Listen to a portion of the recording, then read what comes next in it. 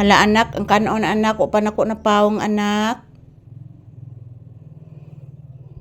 Ang kanon anak, akong gilungag anak, ba panako na pawong anak. Pagon usang mama anak ha. Pape. Di magsigig katog ang bata, ma-high blood ang bata. Masama na kang mama high blood. Di masigpiyong ang biribe.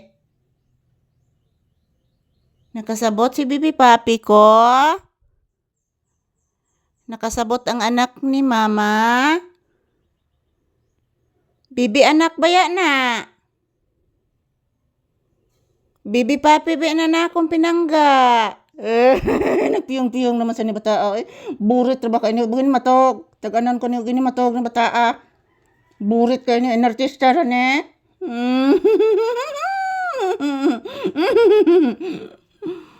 Pagon sa akong stove anak ha. Ha?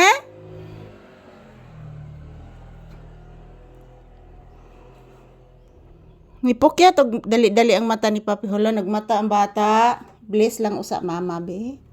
Taga Santo anak ni mama, taga Santo. Bless o Lord. Taga Santo ang bata, taga Santo. Wala ka cute oy. Saron anak. Saron anak. Hala. Oh. Hala. May tinatahol yung ate mo anak. Si Ate Buki ni mo anak, may tinatahol anak. Sino kaya yun anak?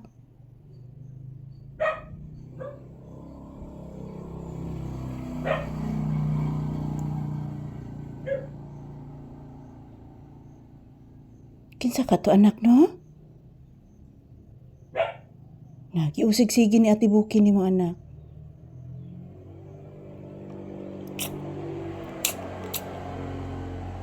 Si Ate Buki ni mo anak, bagiusig bitaw niya si kuan anak, katong ni Agiron anak. Nagpiyong-piyong ng bataan ni oy. Oh, dili oy, sorry anak. Dili oy. Hala ka dirty sa dunggan. Hala ka dirty. Anong dirty man na andunggan si Bibi? Ha? Anong dirty man na? Itugaan ni Mama Lisa, bing anong dirty andunggan? Di na na maayo, anong dirty andunggan? Wa manay digo-digo. Nganong wa manay digo-digo, oy? Kay nagsigig uwan. Nagsigig uwan, anak. No, anak, no? Uy, hinay magpukyat ang mata. Uy. Saron, anak. Nakay na matikdan, anak. Paminawa, anak.